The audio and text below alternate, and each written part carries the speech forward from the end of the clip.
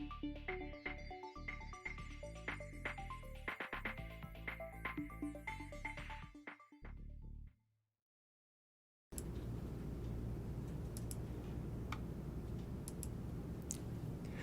everybody, how are you?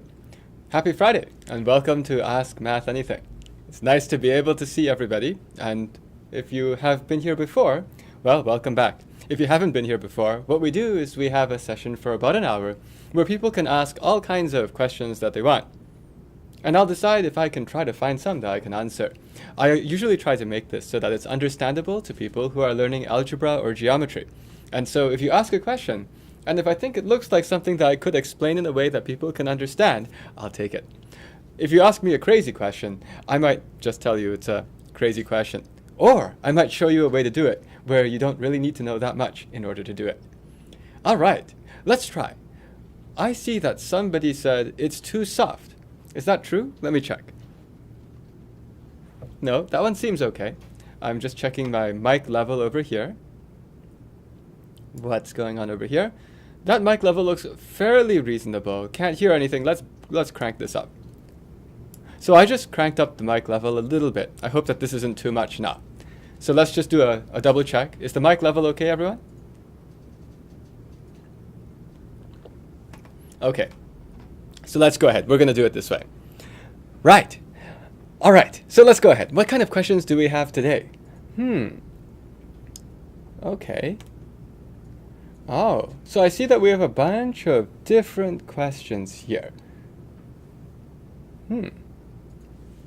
Okay, so here's a question. It looks long. It's got a bunch of words in it. This could be easy. This could be hard. We'll find out soon.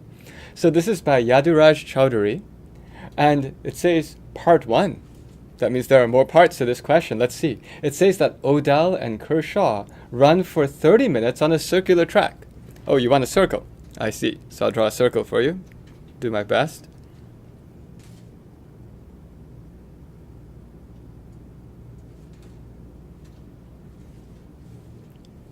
It's okay. Sort of circular, kind of lumpy on this side. But what we see here is that Odell and Kershaw run for 30 minutes on this circular track. Odell runs clockwise at 250 meters per minute. So there's somebody named Odell, and Odell is running clockwise. Clockwise is this way, right? I think that's how clocks go. So Odell is going at 250 meters per minute. Okay. We also know that, Odell is using the inner lane with a radius of 50 meters. Oh, so there's an inner lane and an outer lane. That's good to know. Odell is going to be green, but the inner lane is going to be on this side. Okay. There's an inner lane, and the radius of the inner lane happens to be 50 meters. Okay? From here, this radius is 50 meters. M stands for meters, not minutes. Next, we have Kershaw. Kershaw is running counterclockwise at 300 meters per minute. Counterclockwise is like the other way, so I guess counterclockwise, and using the outer lane at 300 meters per minute. Let's put it here. 300 is faster. Oh, then it should go longer. So we have the other direction, and the other direction is a guy named Kershaw. 300 meters per minute. Okay, and now that outer lane is at 60 meters.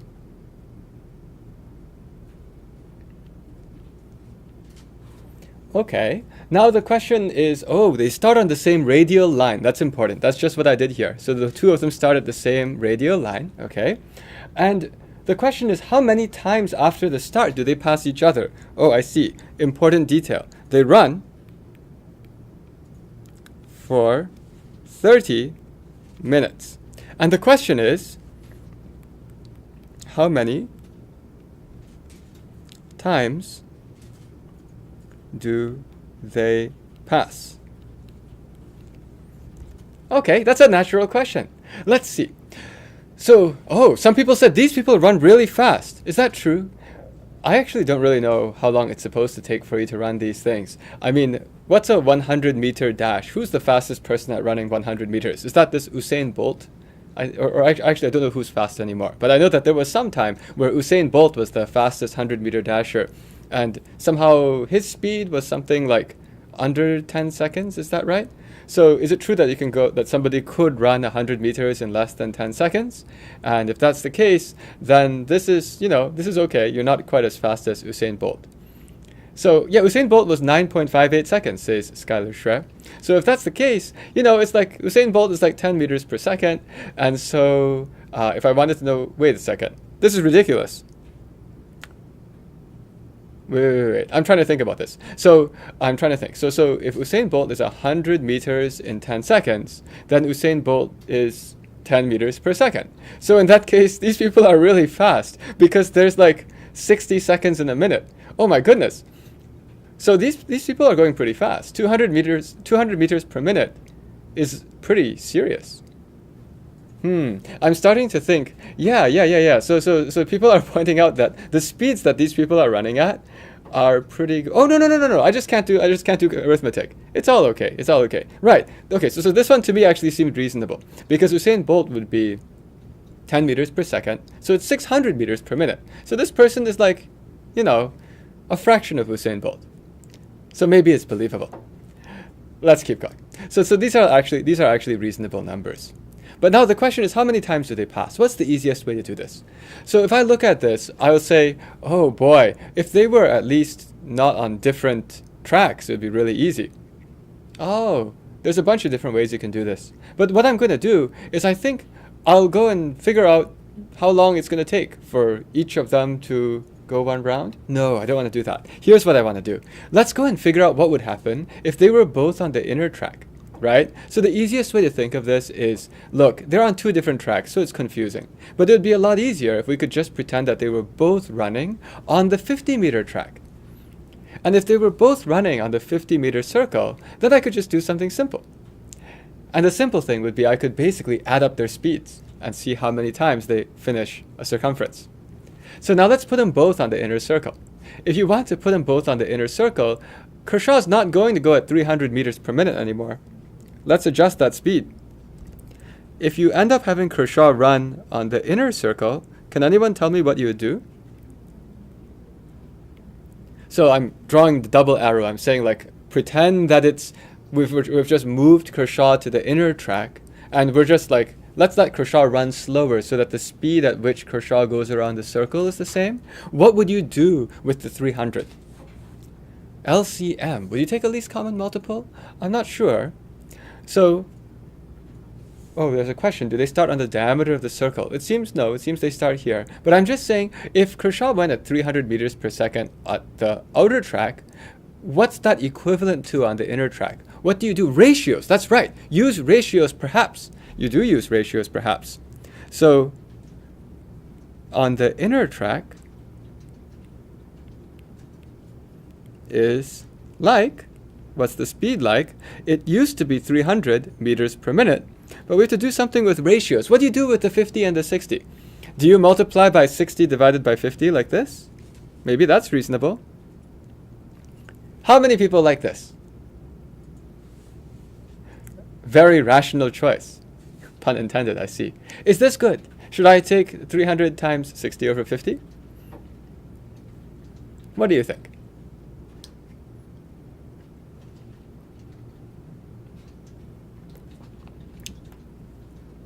I see. Anonymous Panda wants to go the other way, 5 over 6. And here's how you can think of it. Whenever I do a question like this, I say, should it be bigger or smaller?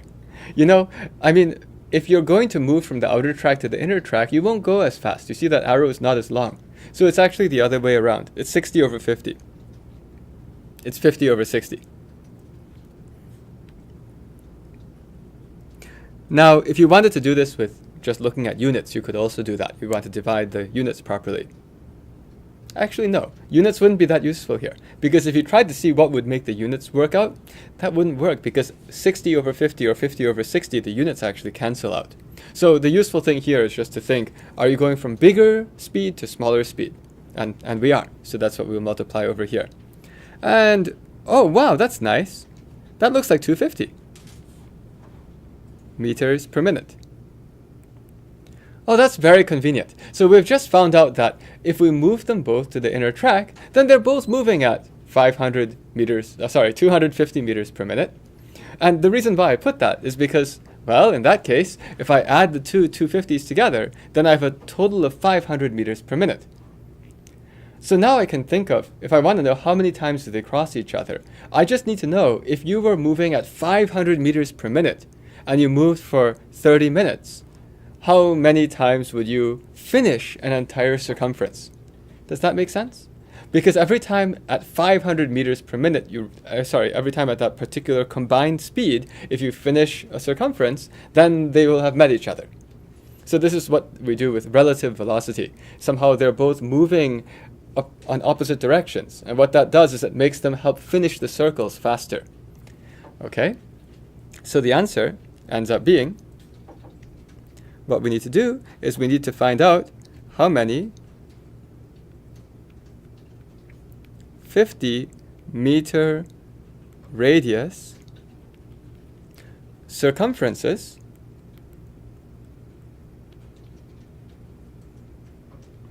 do they finish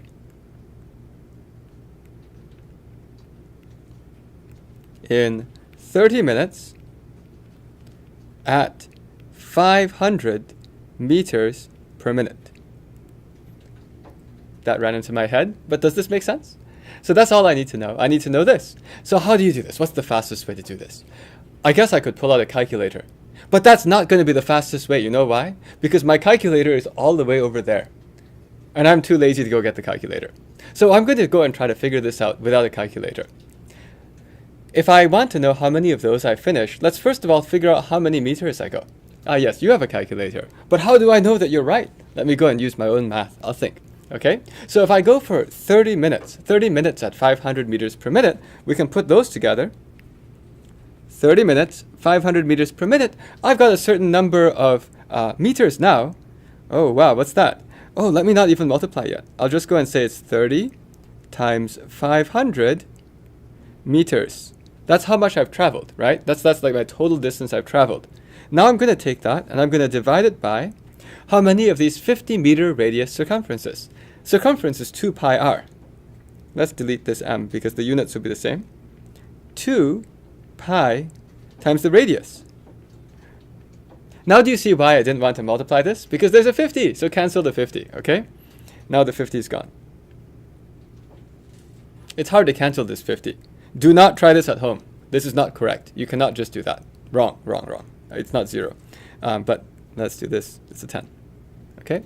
So if I've got this, now I need to go and calculate this out. Ooh, divided by pi. Who likes doing that? Not me. But we'll keep doing it. So what we've got is it's 300 on top, 2 on the bottom, so it's 150 over pi. But how do you divide by pi? Who has a good idea of how to divide by pi? Any suggestions? What's pi? 3.1415 and so on. Who wants to do this division? Not me. It's really, really bad to divide by a number like this. I mean, imagine drawing the division. You have the 150 over here, and you have to divide by a sign, and you've got this ridiculous number over here. No good, but use 22 over 7. That's right. A lot of people are saying to use 22 over 7. So I should say that this is approximately 150 times 7 over 22. Okay, let's do some canceling. So what do we have? Divide out of 2, that's an 11. Divide out of 2, 75. This was no fun. We have to actually do this? I guess we could do this. It's not the worst thing in the world. What's 75 times 7? I guess it's mental math time. Anyone that like to multiply 75 by 7? I'm not so scared because if I have 75 times 7, I think 75 is like 25. Sort of, right? 75 times 7 is 25 times how much? 25 times 21. Now if I have 25 times 21, is that easy or hard? If I wanted to do 25 times 21, you can actually do this in your head. The reason you can do this in your head is because every 4 25s is 100. And so if I look at this, I'm like, that's 5 4s and a 1, right? So indeed, I see people are doing this already. If I have 5 4s, each of the 4s gives me 4 times 25, which is 100. So I get 500 from 25 times 20, plus another 5, plus another 25. So that's 525. In general, multiplying numbers by 25 is kind of relaxing. It's okay. So I just need to take that divided by 11. What's 525 divided by 11? I guess I'll just do the long division. This is not that bad. The only bad thing about it is I can't find any space to draw it here, but I'll find some spot. So if I want 525 divided by 11, let's just do it here. 525 divided by 11. Okay, 11 times 4 is 44. Subtract 85. 11 times 7 is 77. Subtract, how do you do that? 7 plus 8 is 15. Okay, 47 and 8 elevenths. I'll call this 47 and 8 over 11. Now, I have to go back and think about the problem. Is the answer to the whole problem 47 and 8 over 11? No, it was asking how many times do they meet each other. So the number of times they meet each other, well, it's that they finished 47 whole loops together, and there's some left over. It's okay. So that answer is then 47.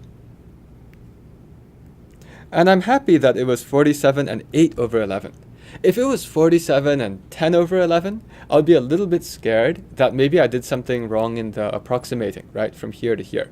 Or if it was 47 and 1 over 11, I might be a bit scared. But 8 over 11, that's really in the middle, so we're okay. All right, well, thanks for the problem. That was kind of cool. And what this shows is you don't actually need a calculator to do everything. And I find these kinds of things more fun, actually. Calculator sort of takes the fun out of it. More questions. Oh, wow. Temp ID has an interesting idea. Thanks for sharing that. You said here's another way of 25 times 21. Let's talk about this way. I like it too. You said 25 times 21 is a difference of squares. 23 plus 2 times 23 minus 2. Why, yes it is. And so if I try to expand this out using a method that in America we call FOIL, 23 times 23 is 23 squared. Then I have 23 times 2, so it's minus 23 times 2, but a plus 2 times 23. It's fantastic. They cancel out. So minus 23 times 2 plus 2 times 23. I write it in a different color because they cancel each other out. And then minus 2 squared. So now, if you happen to know that 23 squared is whatever it is, I sort of forgot what it was. Is it 529? Oh, you know how I'll figure that out? I know the answer is 525, so yeah, that's 529. But if you have done a bunch of squares before and played with squares before, they kind of stick in your head. They're kind of nice. So this is 529, and then it's minus 4. You're done! 525. Okay. Actually, what this shows is it shows that the squares are kind of useful. You see, it's a funny thing. Oh yeah, here's a really interesting observation. You know, how hard would it be to try to memorize the times table for like all of the numbers up to 10 times all the numbers up to 10? Is that hard? Well, that's what we always do, right? So we always are. I mean, we always memorize the times table like up to 10 and up to 10. What if someone asked you, memorize the times table up to 20 and up to 20? Is that easy or hard? Well, that's like a lot more to memorize, right? But if you actually had to memorize the times table of like up to 60 and up to 60, who would want to do that? How many of you would like to play the game, not the game, but like how many of you would like to go to elementary school if part of elementary school meant memorize the multiplication table where you have to go anywhere from 1 to 60 times anywhere from 1 to 60? Who would want to do that? That's horrible. It's huge. It's like 1 to 60 and 1 to 60. I see that some people here have pretty good memories. So some people say me, but we got some people saying nope and boo, right? 60 by 60 times table, no good. Because there's too much stuff in there. But the really interesting thing is that there were some people at some point in history who needed to know that. Do you know what I'm talking about? Why did I say 60? Does anyone know why I just brought up 60? 60 is special. I didn't say 59, and I didn't say 72. The base 60. That's right. There were some people who used base 60 for their numbers. You know, we use base 10, and some people used base 60 back then. So, like Babylonians, for example, they would need a 60 by 60 times table. And here's a neat thing. You know how Babylonians would do their calculations? They actually used these differences of squares. Because, you see, if you went and tried to memorize the 60 by 60 times table, there's a lot of stuff in there. Memorizing 60 by 60 times table is like 3,600 things, and then you can reflect, you can save half. On the other hand, if you just memorize the squares instead, you can use differences of squares to get a long way. You have to be careful if it's odd times even, and what they did is they also had memorized the half squares. But what I'm saying is that you can actually do anything you want with timeses by just subtracting squares. Let me give an example. Suppose that somebody asked you, what is 32 times 42? You can do this with the differences of squares too. Ah, yes, I see that. So, Algo Marble Racer says the difference must be even. Let's do the even ones first, and then we'll see what to do with the odd differences. But if this, what's this? What's the average of these two numbers? 32 and 42, well, they're 10 apart, so add 7. Oh no, this is a problem. I don't know what is 37 squared minus 5 squared. I actually don't know what is 37 squared. But I'm just explaining that if you had to do all these crazy memory things, you don't actually need to remember like the 32 times the 42. You just need a bunch of squares and you subtract them. So what's 37 squared? What's the fastest way to do that? Oh, I can tell you what I would do. I, for some reason, know 36 squared. Does anyone else know 36 squared? It's a nice number. I don't know why I know that. Maybe it's because 36 is important. I somehow in my head, I have 1296. And that's like a nice number for whatever reason. And so it sticks in my head. And that's 36 squared. 36 you do so often. Now let me give you a trick. Do you know how to get from 36 squared to 37 squared? This is just like a useful thing to know. And you might say, come on, just multiply 32 and 42. We're doing even more complicated things now, trying to figure out what's 37 squared. But I'm just showing all of these to you so you can see that you can use all of these different things to interconnect math. And indeed, I see some people are saying, the way you get from 36 squared to 37 squared is you plus 36 plus 37. It's really nice. If I want 37 squared, what I have to do is I have to plus 36 plus 37. And I mean, it's not necessarily that this is easy or anything, but I'll just do this, right? So 36 plus 37 is 72 plus 1, which is 73. The way I did that is I doubled the 36 first, 72, add 1, 73, okay? And if I want to add 73 to this, what do? This is actually kind of nice. 1296. Anyone know a good way to add 72 to a number that's just 4 less than 1300? You use the fact that it's 4 less than 1300. So you take 1300 plus the 73 minus the 4. What's that? 1300 plus the 73 minus 4. 1369? No way. Wow, that's a nice number. I think I'm going to remember 37 squared. Did I do it wrong or is it okay? Is it 1369? That's kind of neat. What a nice number. I like it. Okay, 37 squared is now my favorite square for today. But okay, so 1369, right? We got that. And if I have 1369, now I can subtract 25. That's very easy. Wait, 38 squared is 1444? Ooh. Obviously, you can see I personally never memorized the squares out this far, but I think that's really neat. Okay, 1521, 39 squared, 1521, moderately cute. But I'll say that the 1296, I just see it so often, so it's useful. 1369, okay, that's nice. And then 1444, also nice. Oh, I can tell you why I see 1296 all the time. Can anyone else tell me another reason why 36 squared might be important? And 40 squared is 1600, that's true. But can anyone else tell me the significance of 36 squared? It's not just 36 squared. Yes, thank you everybody. It is also 6 to the power 4. It's in the 4th powers table. That's why it's stuck in my head. You see, nice things about numbers are like if you take the same number and multiply it a bunch of times, you'll see something. So that's why it's stuck in my head. Doesn't matter. Now we're almost done. 1369 minus 25. What is that? We can do that in our head. 1369 minus 25 is 1344. Maybe? Maybe? Is it right, guys? I don't know if it's right. Help me out. So 1369 minus 25. I sort of believe that. I think it's okay. Okay, so that's the answer. All right, so that's what happens. I mean, if you happened to know 37 squared cold, and if you had that cold, you'd just be like, bam, bam, boom, and it's over. So that's the value of knowing the squares, I guess, if you were trying to do multiplications. And if you're wondering what people did if they had the half squares, sorry, if they had the numbers which were separated by an odd number, if you have like 33 times 42, oh no, what can you do? Well, there's something you can do. You can use that you had 32 times 42. That's one way. Or you can use the half integer squares. So in particular, we could just go and say, hey, just take that, add 42. You're done. And that's one way. Another way is to say, oh, you know, you can go and split these up in some other fun, very funny way. 37, that's a weird 3. 37 and a half squared minus 4 and a half squared. Now, none of us are going to actually want to do this. We're not going to do this. On the other hand, I'm just saying that if you were a Babylonian and if you had a table, they had tables of squares, they could just look up this square, look up that square, and subtract. It was a lot easier.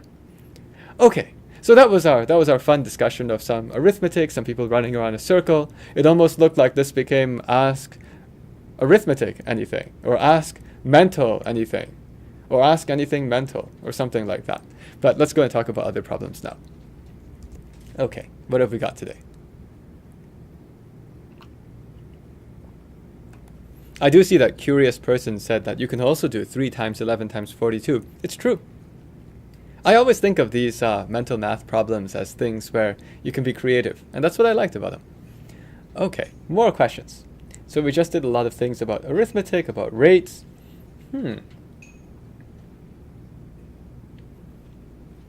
Oh. This is interesting. Coco Bear has asked a question. It's about functions.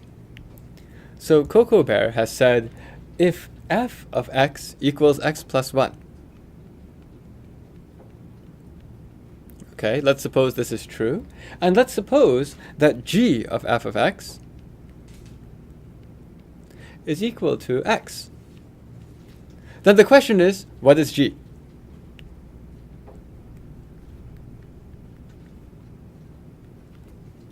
Okay, so these are called inverse functions. This is when you want to undo a function. And in this particular case, it's pretty clear what you would do to undo it.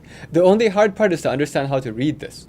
You see, if you see g first and then f next, it does not mean you first g it and then you f it. It means you first apply f and then you apply g. That's how this works. So you're basically saying, if what you do is you'd first do f is a plus 1. It's like a button that plus ones. If you do a plus 1, and then you need to get back to where you were before, then you need to unplus 1, so it's minus 1, right? So what you do here is, it's actually just by looking at it, what I can say is that then g of x is exactly how you undo the plus 1, which is obviously to downvote. I guess that's what this is. So that is g of x is equal to x minus 1, and that's it. Now, sometimes people want to know, is there a systematic way you can do this? Well, the way you'd systematically do this is you'd go and say, well, over here, if I just put the x plus 1 in for where I had it over there, I would actually, another way to do it is I'd be able to say it's g of x plus 1 is equal to x. And if you want to know how do I figure out what is g of y or g of anything, you just call this thing the anything. You go and say, all right, well, this guy's now the anything. Why? Y stands for why not, I guess. it just stands for something. It's like, if you call this the y, then the question is, well, what's that then? How do you rewrite this? Well, you see, now this is how you usually do this in school, maybe. You say, okay, see, x plus 1 is the y. And my question is, how do I replace this mysterious x? Because if I just tell you that g of y equals x, that didn't tell me anything. I need y on the right side. So I need to turn x into y. How do I do that? I know how x and y relate. So if I subtract 1 from both sides, x is y minus 1. Therefore, I have that g of y is equal to y minus 1. And this is the same as that. because the x just serves the role of being representing what you're throwing into the g. Okay. All right. Yes, I see that somebody is asking maybe something about the chat. Do I use the live chat? Well, the reason I'm not using the live chat is because I don't have any keyboard here.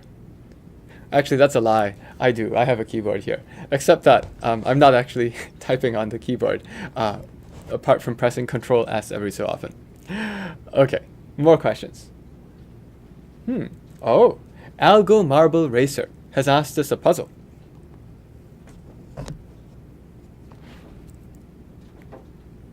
So we have a sequence. The sequence is going 1, 10, 35, 84, 165. And Algo Marble says, find a good function for this data. Think of a function for this data. What could this possibly be? Oh, somebody's asking if I read live chat or top chat. I think I'm reading live chat because I just keep seeing things pop by on the chat. So, oh, somebody's saying add every other square. Oh, that's interesting. They are somehow close to squares. 35 is close to 36. 84 is close to 81. 165 is close to 169. That's kind of neat. Oh, this is actually really neat because that's not how I was doing it. I was doing something where I was even prime factorizing in my head. You see, whenever I see something saying go and find a function for the data, the first thing I do is I go and say, hey, is there anything that's involving small prime factors? Can I factorize all these numbers? But let's do my solution after I do your solution. Your solution was, it looks like this is close to squares. Is that true? Or, well, let's see. I guess if you said there were squares, this looks to me like it's kind of like 9. This is kind of like 36. This is kind of like 81. And this is kind of like 169. Those are all squares. And this is 9 plus 1. This is 9 minus 1. This is 81 plus 3. 169 minus 4. I'm not so happy. So that doesn't make me so happy. I'm not sure that those are the squares. So that doesn't look quite good. So maybe they're differences of squares, but maybe, you see, it's funny. You said difference of squares. Okay, so I'll first say that this one, I don't know how to use this one, but I like difference of squares because difference of squares factors. So when I look at this, result of 10 is missing. People are saying add squares. How are you so perceptive? How did you know to add squares? I'm impressed. I wouldn't have seen that. But let's go and look at this. I'm going to go and factorize because by the way, I don't know the answer. Okay, so let's try. 165. To me, 165 is interesting because I recognize that that happens to be something involving 11. So 165 is, oh, is it 11? I thought it was 15 times 11. The reason I think it's 15 times 11 is because there's a rule for multiplying by 11. You go and take the 15, pop it apart, and then you add the 1 and the 5 together, and you stick it in the middle. So that happens to be 15 times 11. Let's call it 11 times 15. And maybe I'll want to split apart the 15 into the 3 times 5. The 35 is 5 times 7. The 10 is 2 times 5. Now I don't see any pattern. What's 84? 7 times 12. Yuck! How is this useful? It's also 8 times 9. Now I don't like this at all. I thought I was going to have fun. I thought I was going to have luck with somehow looking at common factors. But I see 2, 5, 7, 12. Oh no! Okay, so my thing didn't work. I assumed that since the numbers were factorizable, it would be nice. 7 times 12 is 84. Oh, so this one's not good. So I'm not able to do this. Not that I'm not able to do this. I'm looking at this thing and I'm like, that's not very good. So now some people said, let's look at differences of the numbers. Okay, so let's go and try. Let's scrap my idea. My idea didn't work. Let's go over here, and indeed, if you've got this list of numbers, let's go and try to take differences to see if I got to the next one by adding something. Okay? Let's see what we have. So this difference is 9 plus 9. This difference is, oh, wait a second, what's this? 25. This one is, don't tell me, 49. And this one is 81. Oh my gosh. Okay, so actually what I'm doing is we're just going to add squares. So that's what you guys mean by sum of squares. So that means we want to do addition of sums of squares of like 1 squared plus 3 squared plus 5 squared plus 7 squared plus 9 squared, these kinds of things. Okay, and now you got me very interested. The reason you got me very interested is, you see, I got deceived because I saw that these were factorizable, and then I got really excited because if they're factorizable, then it's like, oh, there's a way to do this where you could just hopefully find that you multiply some stuff together. But then the next thing is, wait, is there a good reason why adding up these squares should give you something that's factorizable? So now that this gives me the desire to say, I want a formula. Let's make a formula. Watch, this is going to be fun. I want to make a formula now. And this is now kind of beyond Algebra 1, but it's something like Algebra 2 maybe. How do I add up these things? 1 squared plus 3 squared plus 5 squared plus, what would I call the last one? Well, for the last one, I'm going to call it 2n minus 1 squared. Do you know why I didn't call it n? The reason I didn't call it n is I wanted to emphasize that this is actually an even number minus 1, so it's guaranteed to be odd. It's an odd number. Also, the reason I use 2n minus 1 is because, you see, if n equals 1, what's 2n minus 1? If n equals 1, it's like 2 times 1 minus 1. If n equals 1, this is 1. So the n equals 1 is the first term. If n equals 2, then 2 times 2 minus 1 is 3. So the second term is here. All right? So now, I wrote this thing down. I would like to find a formula for it. What's a good way to do that? Something about this makes me want to try to do some kind of a subtraction, because, and this might not be the most efficient way, but what I'm going to do for here is I want to actually write a bigger sum minus the sum of the even squares. Okay? So how would I get the sum of the even squares? I'll do it this way. I'll say that this is equal to, if I just add 1 squared, 2 squared, and 3 squared, and I just keep adding all the way up until 2n whole things squared, and then I subtract off the even squares, which is 2 squared, that looks ugly. So I can do 2 squared, 4 squared, 6 squared, and so on, all the way to 2n squared. Now what happens? So if I have all of this, then I can go and use some formulas. These formulas I don't have time to prove here, but I can see that some people, like spaced out, have the formulas for these sums, okay? So there's a formula for the sum of all the squares, and if I want the even squares, look, the even squares thing is exactly 4 times the sum of normal squares. Because if I just factor out a 2 squared out of everything, like if I factor 2 squared out of 6 squared, I get 3 squared. So this is equal to the normal 1 squared plus 2 squared plus 3 squared all the way up until 2n squared, and then minus, let's take out 2 squared out of everything, which is 4. 1 squared plus 2 squared plus all the way, and now it only goes to n squared. Okay, so now I have this, and this makes me happy. The reason this makes me happy is because I know a formula for the sum of the squares from 1 up to something. And that formula, which I'll write onto the right side, is 1 squared plus 2 squared plus up until some k squared is equal to k times k plus 1 times 2k plus 1 all over 6. So now, we have something here, and we could just go use this. If you go and use this thing, and by the way, like this thing, you can prove this, you can work this out. We just don't have time to do it in these short live streams. But let's just go throw it in here now. So if I have that, then I have 2n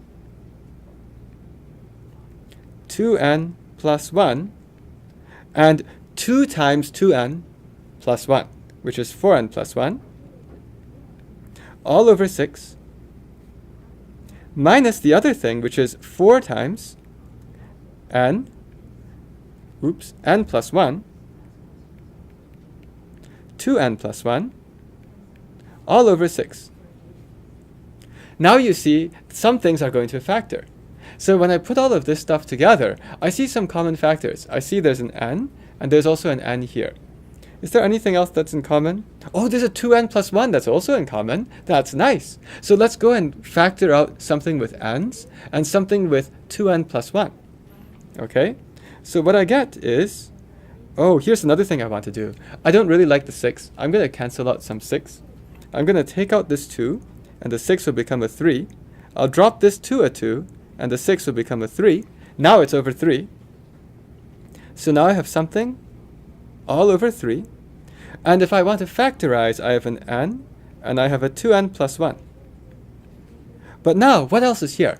Now I have a 4n plus 1, and I also have an n plus 1. If I have a 4n plus 1, which I'll use, this is here, 4n plus 1. That plus looks funny. 4n plus 1, and then plus. The other one is a 2n plus 1. Now close that, go over here. I think I actually have the whole thing. So I have an n, and I have a 2n plus 1. That was over here. The 2n plus 1 is over here. Oh no, there's a 2, there's a 2, there's a 2. There's a mistake, there's a mistake. There's a 2, there's a 2. So what we have to do with the 2 is the 2 has to join into here. Wrong, that's right, there's a 2. So don't forget the 2. The 2 joins in here, and then you get 4n plus 2. Is this good? Oh, and there's a minus sign. It's not just a 2, it's a minus. No, wrong, mistake again. So it's a minus, and since it's a minus, this thing here has a minus. Now the question is this good? Help everyone, is this good? Let's see. So I've got the 2, and it joined with the n plus, wait, the n plus, what have I been doing? No, the whole thing is wrong. No. There's something wrong here. No, because this guy is not supposed to be the one that I'm picking up. Undo, all of this goes back. Let's go back here. This piece, the n plus 1, wait a second. Yeah. So I was taking the n, and I was taking the 2n plus 1. Those went out. And what has to happen is that this n plus 1 and this 2, those join together. And now there's a minus sign. So minus 2n minus 2. Close and go over. How's this? Now do people like this? Finally. So now we have this thing, and if we want to go and simplify this now, I have an n, I have a 2n plus 1, and over here it's a 2n, oh neat, 2n minus 1. What a formula. N, 2n plus 1, 2n minus 1, all over 3. That's kind of neat. This is nice. And actually, let's go and test. Let's throw n equals 5 in. Why do I want to throw n equals 5 in? It's because that should be your 5th term in this whole thing. So if I throw n equals 5, how would I do this? It'll be 5 times 2 times 5 plus 1, which is 11. 2 times 5 minus 1, which is 9. So if n equals 5, what happens? When n equals 5, I get 5 times 11 times 9 all over 3. And that divides nicely. The 3 and the 9 cancel. There's a 3. And I get 11 times 15, which is what I had before. 11 times 15, which is the 165. 1, 5, and 1 plus 5 is 6. Boom! And that's it. Okay. So this just goes and shows that this formula, the sum of the squares of the odd squares, that was the right formula. And in fact, we can even get a form for the formula. And if you get the form for the formula, you can go get anything else that you want in the future. If you wanted to know what's the answer when you throw in 100, you could. Not sure why you'd want to know, but you could. All right. More questions.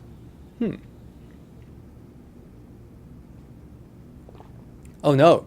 Someone says this is wrong. Okay, let's double check. As you know, I make lots of mistakes. So someone said it's supposed to be minus n instead of plus n. That's kind of funny though, because the answer popped out to give the 165. Let me try another thing. Suppose I throw in n equals 1. Does that work? If you throw in n equals 1, you get 1 times 3 times 1 over 3. 1. Seems fine. So I think this is okay. As you can see, I just went and tested a few of these points. All right. More questions.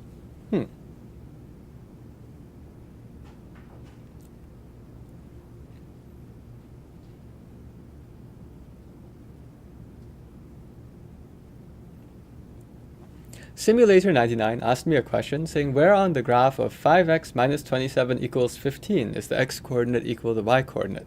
But I'm not sure if you're missing something in there, because I'm not sure why it would be 5x minus 27 equals 15. Okay, more questions.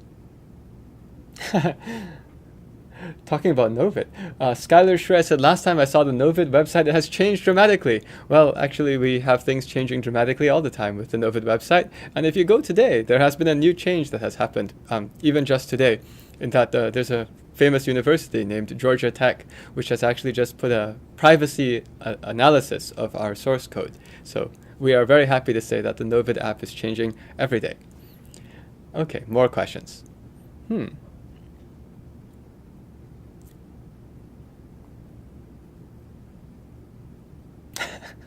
Mirab Faisal. Mirab Fayaz asks how to multiply decimal numbers without using calculator in only 20 seconds. I think it depends on how long your numbers are, because the longer your numbers are, at some point even the calculator will have trouble. So I'm not entirely sure how best to answer your question, although you can see the kinds of tricks that we chose to use. If you look at every problem as a puzzle, you might be able to find the right, not the right, but a good trick for it. Okay.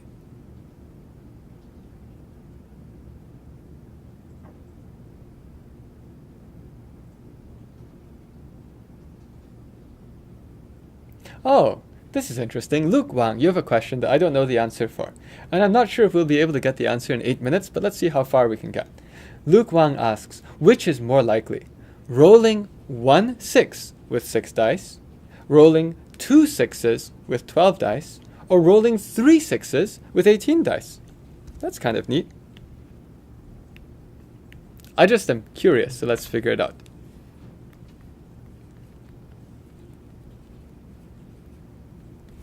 So you have 3 options: 6 dice, 1 6. Second option, 12 dice, 2 6s.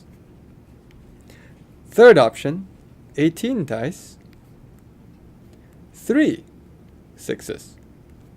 Nice question.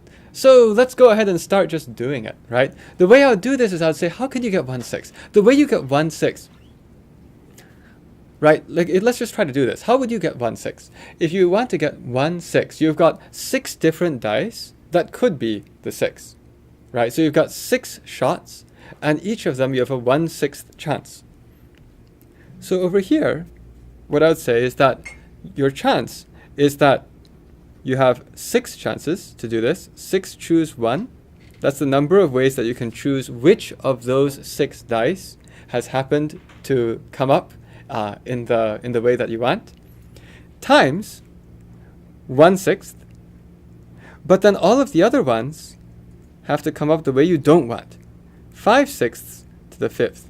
I want to digest this. I want to make sure people can understand. So it's like, if I did 1/6 times 5/6 to the 5th power, that's like saying the first one is a 6, and then the other ones are all not.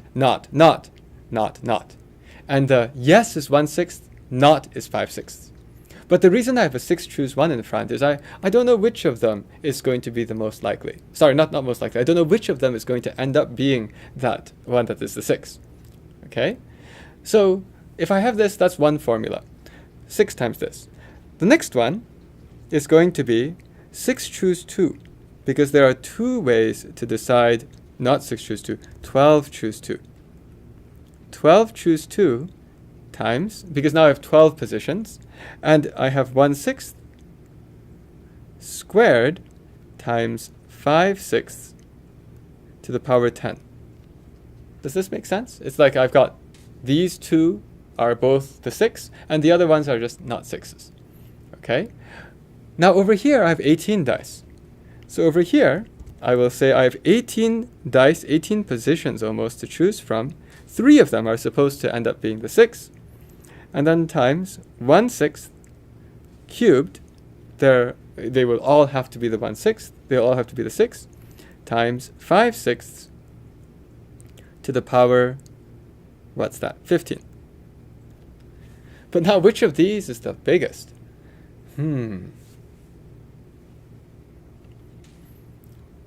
This is a good question.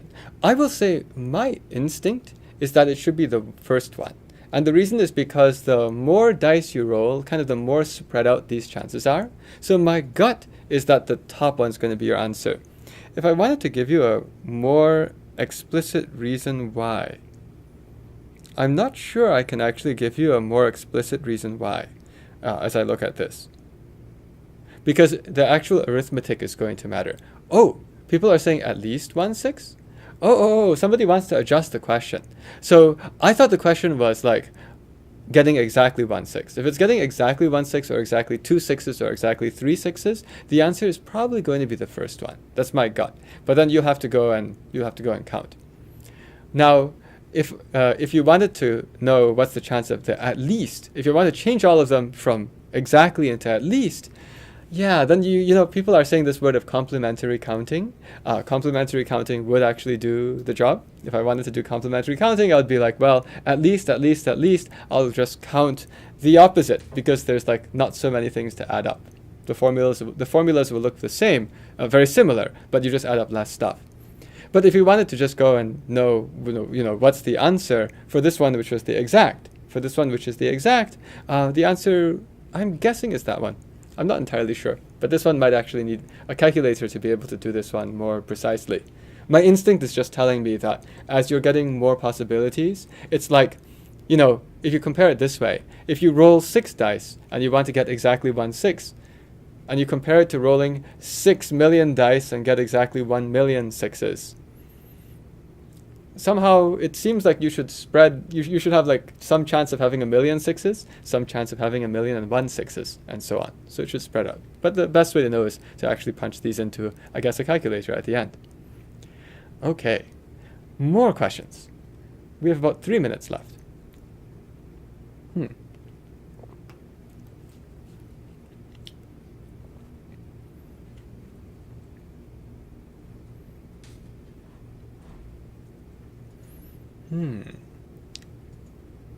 Wow.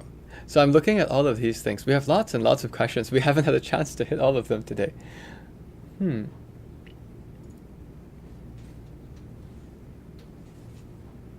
Oh wow, somebody even asked a really, really interesting geometry puzzle.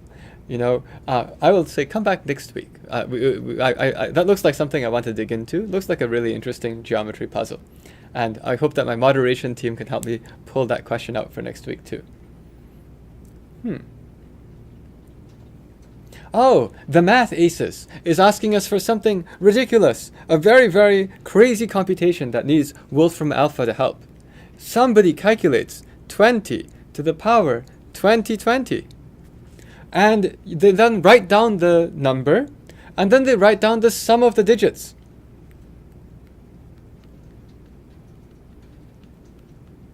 And then they go and add up those digits. Sum of those digits. Of that. That is like that. And they just keep doing this and doing this and doing this and doing this and doing this. And then eventually they get 1 digit. And the question is, what's that 1 digit? That's a very interesting question. So the way to do the question here is that if you're going to do this, the sum of the digits, as we learn in the number theory class that I teach or that you probably can take anywhere else, is that the sum of the digits has to do with what's the remainder when you divide the number by 9. We have almost no time left. So I'm just going to say, if I was going to do this, here's what I would say. If I want to know the remainder when I divide by 9, this notation comes in, and you do something mod 9. And I would first say, what's 20? What's the remainder when I take 20 and divide by 9? It's 2. So now I just need to know this. And you could use some fancy theorems. There are some theorems out there that you could use. Another thing you can use is just find a pattern. You know what happens when you take powers of 2 mod 9? I can take, let's say, n, 2 to the power n, and 2 to the power n mod 9. And it looks like this. If I take n to be 1, 2 to the 1 is 2, mod 9 is 2. N is 2, 2 squared is 4, 4 mod 9 is 4. 2 cubed is 8, 8 mod 9 is 8. 2 to the 4th is 16, but 16 mod 9 is 7. 2 to the 5th is 32, mod 9 is 5. I just did that by adding the 3 and the 2, get 5. 8 is negative 1 mod 9, which makes life easier. It can also make life easier. But we'll just keep doing this. 64, 6 and 4 is 10. Something nice happened. Because now, if I take the 7, 2 to the 7 is 128, and 128 mod 9 is 2. Look at that. It repeated. So what we just found out is every 6, we get a repeat. Somehow, at the 7 is like somehow repeating from wherever the 1 was. So now I just go and take 2020 and divide it by 6 and find the remainder. What's the remainder when you divide 2020 by 6? Well, when you divide 2020 by 2, the remainder is 0. When you divide 2020 by 3, the remainder is 1. And that I did by adding up the digits. So remainder when I divide by 3, I can do actually by adding the digits and seeing what the remainder that is when I divide by 3. If this isn't making complete sense, it's because number theory is useful, and that's what we're doing here. But so what number is even and has a remainder of 1 when I divide by 3? Well, it's 4. So that means that 2020 is 6 times something plus 4. Therefore, I just need to go and read, I just need to go and read this line. So this is n to the, when n is 4 mod 6, then the remainder is 7. And so I would go and say, I think the answer to the whole problem is 7. I'm not sure if everyone agrees, but I think I'm going to sign off with that question. And thank you to everyone for coming today to Ask Math Anything. And I'll see you next week. We'll continue running these every Friday at 4 o'clock p.m. Eastern Time. Have a great week. Bye-bye.